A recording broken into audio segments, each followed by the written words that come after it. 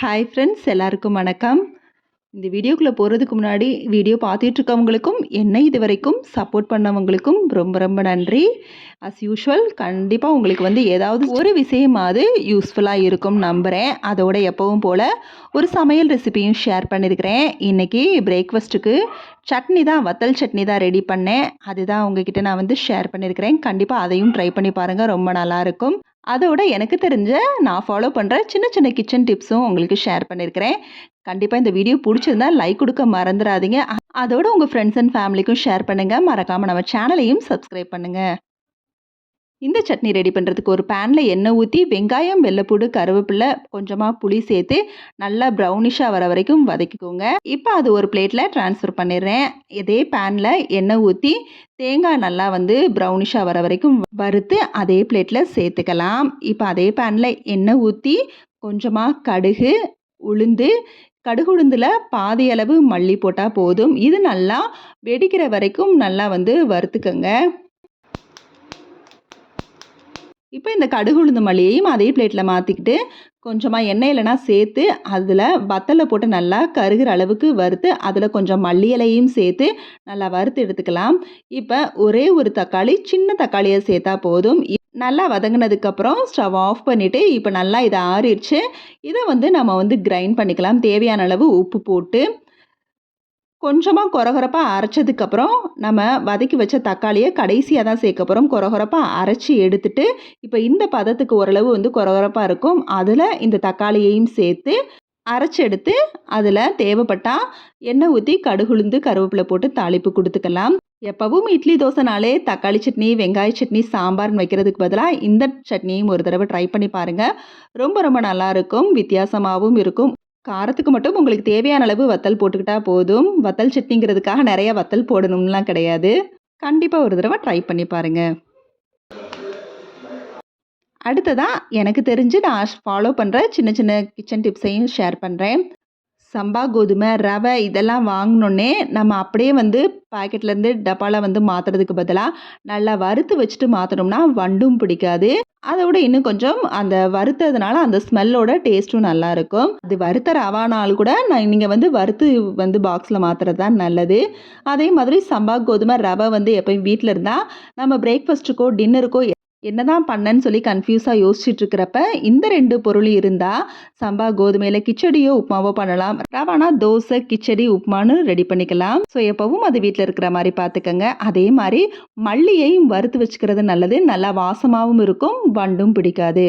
அடுத்ததாக நம்ம வாங்குகிற கிராசரிஸில் பயறு வகைகள், பருப்பு வகைகள், அப்புறம் அரிசியிலையும் பார்த்திங்கன்னா பச்சரிசி, பிரியாணி அரிசி, அதாவது சீரக சம்பா, பாஸ்மதி அரிசி இதெல்லாம் வாங்கினதும் வெயிலில் காய வச்சுட்டு அப்புறம் யூஸ் பண்ணோம்னா அதுலேயும் வண்டு பிடிக்காது. இதனால் அந்த பொருளும் வேஸ்ட் ஆகாது. அதுக்காக பல்காக வாங்கி ஸ்டோர் பண்ணாதீங்க. உங்கள் தேவைக்கு தகுந்த மாதிரி கிராசரிஸ்லாம் வாங்குங்க. அடுத்ததாக வெங்காயம், வெள்ளை பூண்டெல்லாம் பார்த்திங்கன்னா நம்ம வாங்குறப்ப பச்சை வெங்காயமாக இருந்தால் பிரச்சனை இல்லை.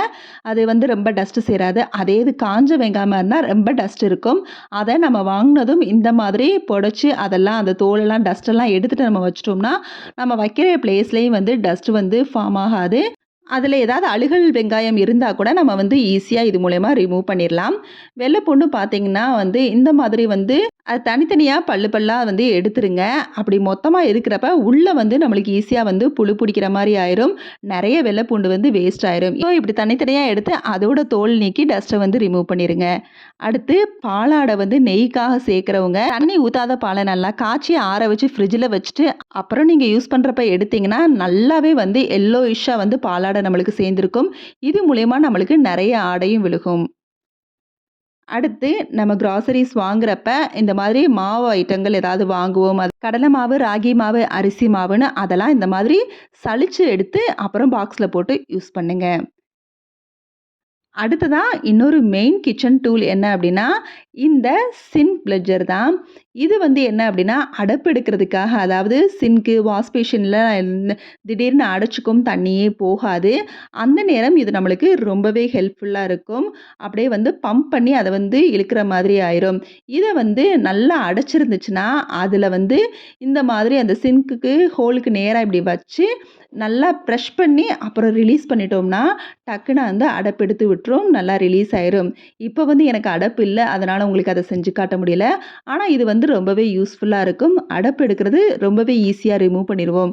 கண்டிப்பா இது இல்ல அப்டின்னா, நம்ம வந்து ரொம்ப கஷ்டப்பட்டுருப்போம் அடைப்பெல்லாம் எடுக்கிறதுக்கு. நம்ம விளக்கமாறு குச்சி, இல்ல வேற ஏதாவது வந்து நீடில் மாரி இருக்கிறத வந்து யூஸ் பண்ணுவோம். இது வந்து ரொம்பவே நம்மளுக்கு ஹெல்ப்ஃபுல்லா இருக்கும். அடுத்ததா நம்ம கிச்சனுக்கு வாங்குற காய்கறிகள். அதாவது சமைக்கிறதுக்குன்னு வந்து ஒரே மாதிரி வந்து எப்பவும் சூஸ் பண்ணாதீங்க. இந்த வீக் ஒண்ணு வாங்குனீங்க அப்டின்னா, அடுத்த வீக் வந்து கொஞ்சம் சேஞ்ச் பண்ணி வாங்குங்க.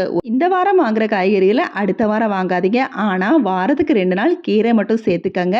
ஒரே கீரை இல்லாம வேற வேற கீரைகள வந்து சேர்த்துக்கங்க. இதுவே சமைக்கிற உங்களுக்கும், சாப்பிடுற மத்தவங்களுக்கும் இன்ட்ரெஸ்ட்டாவும் இருக்கும், டிஃபரண்டாவும் இருக்கும்.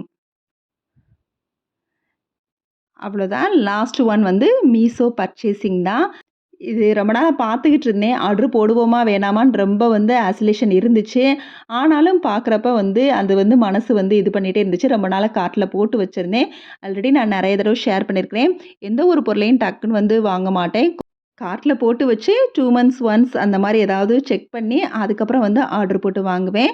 2 மந்த்ஸ் ஒன்ஸ் வாங்குறப்ப 2 பொருளா ஆர்டர் போட்டு வாங்குவேன். இது 1 போட்டிருக்கிறேன். இன்னொரு ஆர்டர் இன்னும் வரல. ஸோ, அதனால கொஞ்சம் பட்ஜெட் ஃப்ரெண்ட்லியா இருக்கிற மாரி தான் பார்த்து வாங்கினேன். இந்த ஸ்மோக்கிங் இதில வந்து நெறைய டிசைன்ஸ் இருந்துச்சு. எனக்கு இந்த டிசைன் தான் புடிச்சிருந்துச்சு. இந்த டிசைன் ஆர்டர் பண்ணேன். கூடவே அவங்களே ஒரு சாம்பிராணிலாம் வந்து குடுத்துருந்தாங்க. இந்த இத வந்து நம்ம ஏத்தி வச்சுட்டோம் அப்டின்னா, அப்படியே ஒரு வாட்டர் ஃபால்ஸ் மாரி வந்து வரும். ஸோ பார்க்கவே எனக்கு ரொம்ப புடிச்சிருந்துச்சு. நம்மளுக்கு வந்து இமேஜ்ல அந்த மீஷோ இமேஜ்ல பார்க்குறப்ப கொஞ்சம் பெருசா இருந்துச்சு அந்த பிளாக் இது. ஆனா, நேர்ல பார்க்குறப்ப ரொம்ப குட்டியா தான் இருந்துச்சு. சரி ரேட்டுக்கு தகுந்த மாரி தானே இருக்கும். ஆனா பார்க்க ரொம்ப அழகா இருந்துச்சு. இதோட ரேட் வந்து 116 தான். பட் அந்த சாம்பிராணி தூபம் அந்த ஸ்மெல்லுமே ரொம்பவே சூப்பரா இருந்துச்சு. ரொம்ப ரொம்ப வாசமா இருந்துச்சு. பார்த்தீங்கனாலே தெரியும். அப்படியே வாட்டர் ஃபால்ஸ் வந்து கொஞ்சம் கொஞ்சமா வந்து மேலேருந்து அப்படியே கீழ விழுகிற மாரி ரொம்பவே அருமையா இருந்துச்சு. கண்டிப்பா நீங்களும் வந்து வாங்கி ட்ரை பண்ணி பாருங்க. நான் பூஜா ரூம்ல வைக்கல. நான் டெக்கரேட்டிவ் திங்க்காக வச்சிருக்கிறேன். பூஜா ரூம்ல வைக்கணும்னு நெனச்சீங்க அப்படின்னா, இதுக்குன்னே வந்து சிவன், விநாயகர்ன்னு சொல்லி இந்த மாரி சாமி படங்கள்லயும் இந்த மாதிரி தூபம் வைக்கிற மாதிரி, சிவனுக்கெல்லாம் அபிஷேகம் பண்ற மாரி கூட இருக்குது. ஸோ அந்த மாரியும் வாங்கணும்னா ட்ரை பண்ணி பாருங்க. சூப்பரா இருக்குது.